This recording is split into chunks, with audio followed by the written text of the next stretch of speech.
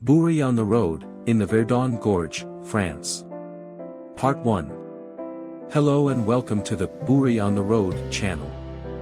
Here we will share with you our trips around the world, some of which were filmed usually with an Insta-X4 camera that allows for 360-degree photography. In these videos, you can move the viewing angle on YouTube and Facebook, using the arrows on your computer, or physically move your cell phone to the sides and up and down to see in all directions. You can watch these videos using immersive glasses like the MetaQuest 3. We would be very grateful if you subscribe to the channel, click like and share with friends.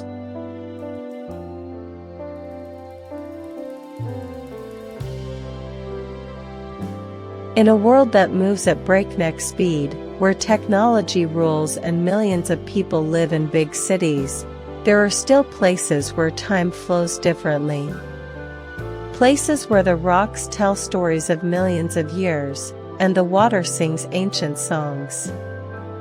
From the highest peaks of the Alps and the Mercantour to the emerald lakes and magnificent cliffs of the Verdon Gorge, from the delicate lavender fields of Hope Province to the chestnut and olive groves in the hinterland of Nice, the south of France sings to the rhythm of the good life.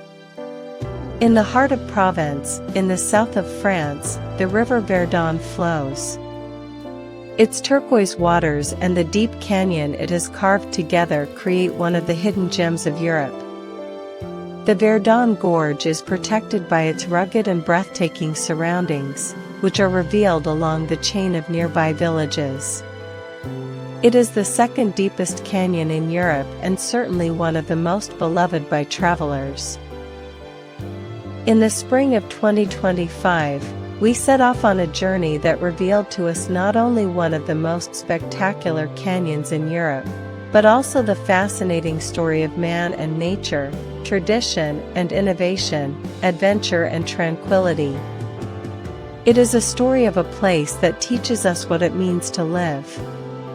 To truly understand the Verdon Canyon, we must travel back in time.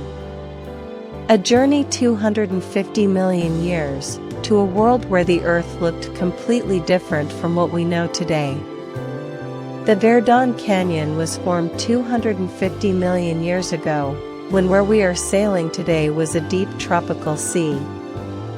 Imagine a world without dinosaurs, without flowers, without trees as we know them. Where we stand today was a deep tropical sea called the Tethys Sea. This is a sea that stretched from the Atlantic to the Indian Ocean, and where Europe and Africa are today, there were deep, thermal waters. This sea was home to incredible creatures. Giant ammonites with twisted shells, colorful sea lilies that looked like flowers but were animals, and teratoids, ancient sea creatures whose fossils we can see in the walls of the canyon today. For tens of millions of years, these creatures lived, died, and their graves sank to the seafloor. Layer by layer, they created what would later become the limestone that makes up the canyon. About 50 million years ago, a process began that would change the entire world. The continent of Africa began to collide with the continent of Europe. This collision created the Alpine Range, the high mountains we see today. But more than that, it caused the ancient limestone to fold, rise, and be exposed. Suddenly, rocks that had formed in the depths of the sea reached a height of thousands of meters.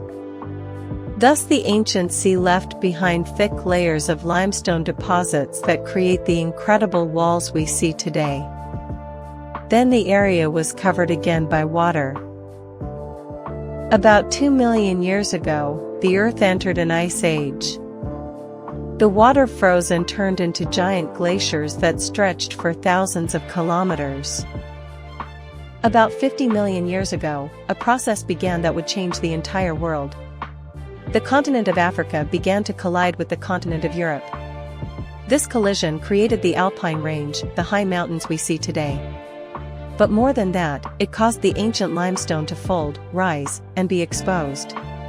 Suddenly, rocks that had formed in the depths of the sea reached a height of thousands of meters. Thus the ancient sea left behind thick layers of limestone deposits that create the incredible walls we see today. Then the area was covered again by water. About 2 million years ago, the Earth entered an ice age. The water froze and turned into giant glaciers that stretched for thousands of kilometers. The huge glaciers covered the Alps, and only the low hills of Provence remained free. But when the glaciers melted, a few million years later, they released huge amounts of water in the explosive force of a raging river. Imagine a river that was 100 times the size of the river we see today. Raging water flowing at tremendous speed, carrying rocks, trees, and thousands of tons of sediment with it. Over thousands of years, this water eroded the soft limestone, cutting deeper and deeper. The walls are made of limestone and dolomite, and as a result of the strong tectonic activity, most of the geological layers are exposed and perpendicular, creating a rare time slice that has attracted researchers from all over the world. Today, the Verdon Canyon is essentially an open natural laboratory. Researchers from all over the world come here to learn about geological processes, climate change, and even the search for life on Mars, because the rocks here are similar in structure to rocks discovered on the Red Planet. This is an open history book. Each layer tells a different story about climate change, about ancient marine animals, about the enormous tectonic forces that shaped our Earth. Forget about the books for a moment. The best book on geology is right in front of your eyes. Each layer in these walls tells a different story about climate change, about ancient marine animals, about the enormous tectonic forces. You can see fossils of tropical coral in a layer that was formed during a period that was warm and wet, and another layer that was formed during a colder and drier period. Each layer is like a page in a history book of the Earth. The result of all these geological processes is what we see today, a canyon that is 750 meters deep, 100 kilometers long, and whose walls reveal 250 million years of geological history. The Verdon River springs near the Col d'Alos Pass and stretches for about 100 kilometers. In some places its depth reaches 750 meters, making it the second deepest canyon in Europe. The Verdon Canyon is not a uniform section, but 4 different parts, each with its own unique character, climate, and wildlife. To truly know this place, we must hike through each of them. The pre-canyon stretches from Lake Castillon to Point Sublime. Lake Castillon, the first in an expanding chain of lakes along the Verdon River, was created in 1963 with the construction of a dam. Several small villages were submerged in the waters of Lake Castillon, and in their place a 500-hectare lake was created that became a magnet for nature lovers and water sports enthusiasts. Here the river is still relatively wide, and the walls less steep. They begin at a modest height of only 100 to 200 meters. This is the perfect place to get acquainted with the area for the first time. Here you can see the influence of man on nature and the influence of nature on man. The small villages scattered along the river have preserved their traditional Provençal character, but have adapted themselves to the existence of modern tourism. The Verdon River continues to the village of Castellane. Here it flows in a very wide channel, but the flow in this section after a year with little rain is very weak and the river is almost dry.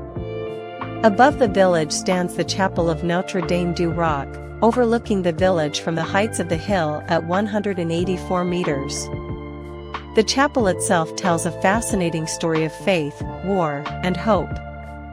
It was built after the village residents escaped the Saracen conquest. The chapel was destroyed during the Wars of Religion, rebuilt, and today stands firm as silent testimony to a turbulent past. The village of Castellane, with its 1,600 inhabitants, is much more than just an entry point. This is a place where time flows differently, where every morning begins with the smell of fresh bread from the local bakery, and every evening ends with a glass of local wine in the village square. This place has changed from a quiet agricultural village where everyone knew everyone, to a bustling tourist town where people from all over the world come to seek adventure.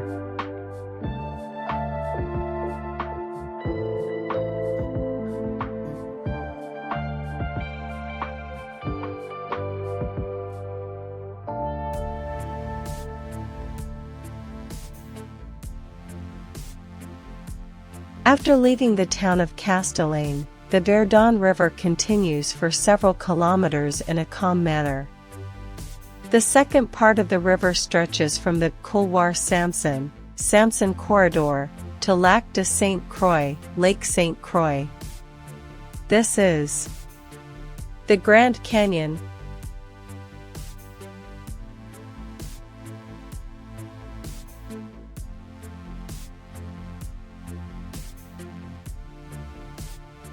The most spectacular and dramatic section, where the walls reach a maximum height of 750 meters and the river becomes a narrow turquoise ribbon flowing in the depths.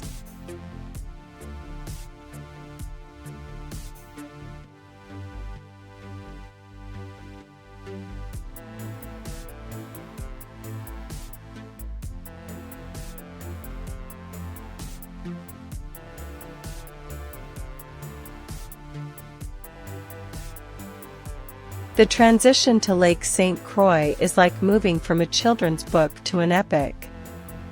You start in a quiet and protected lake, pass through diverse river sections, and suddenly reach this moment, the entrance to the enormous lake.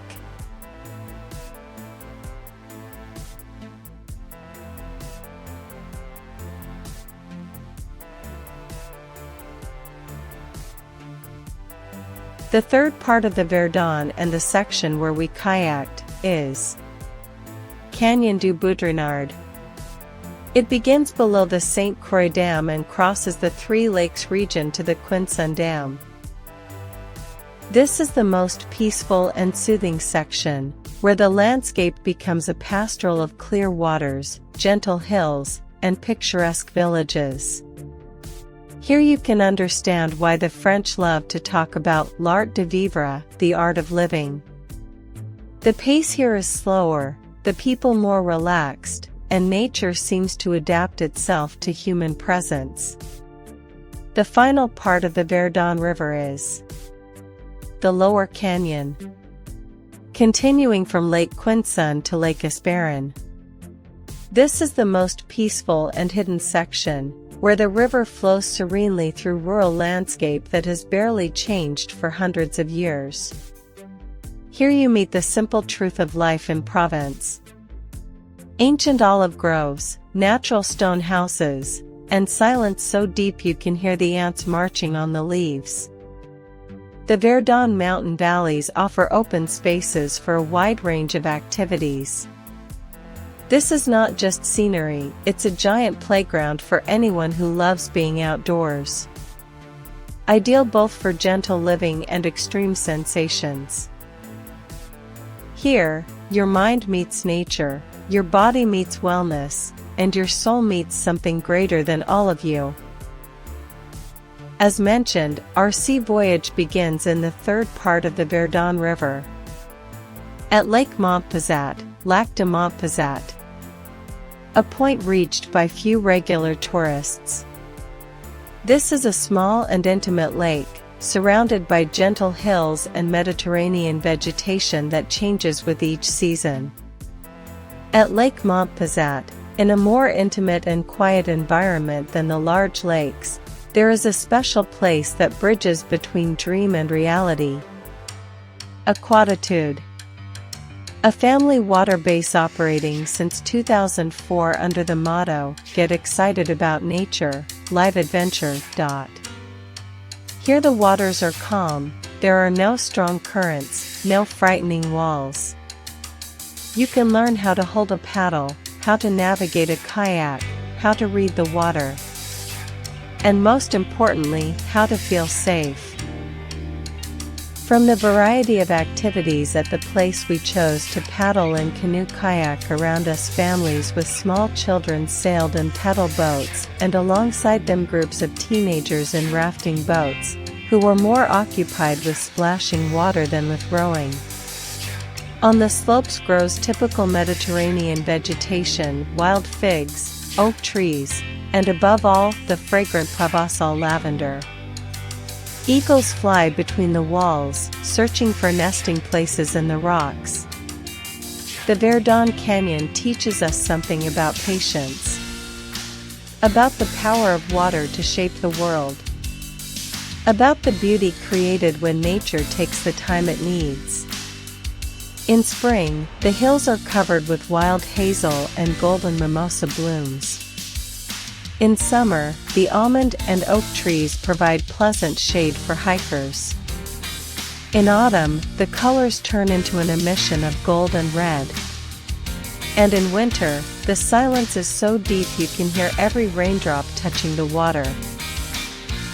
From Lake Montpezat, the river flows in a winding route through an ever-changing landscape.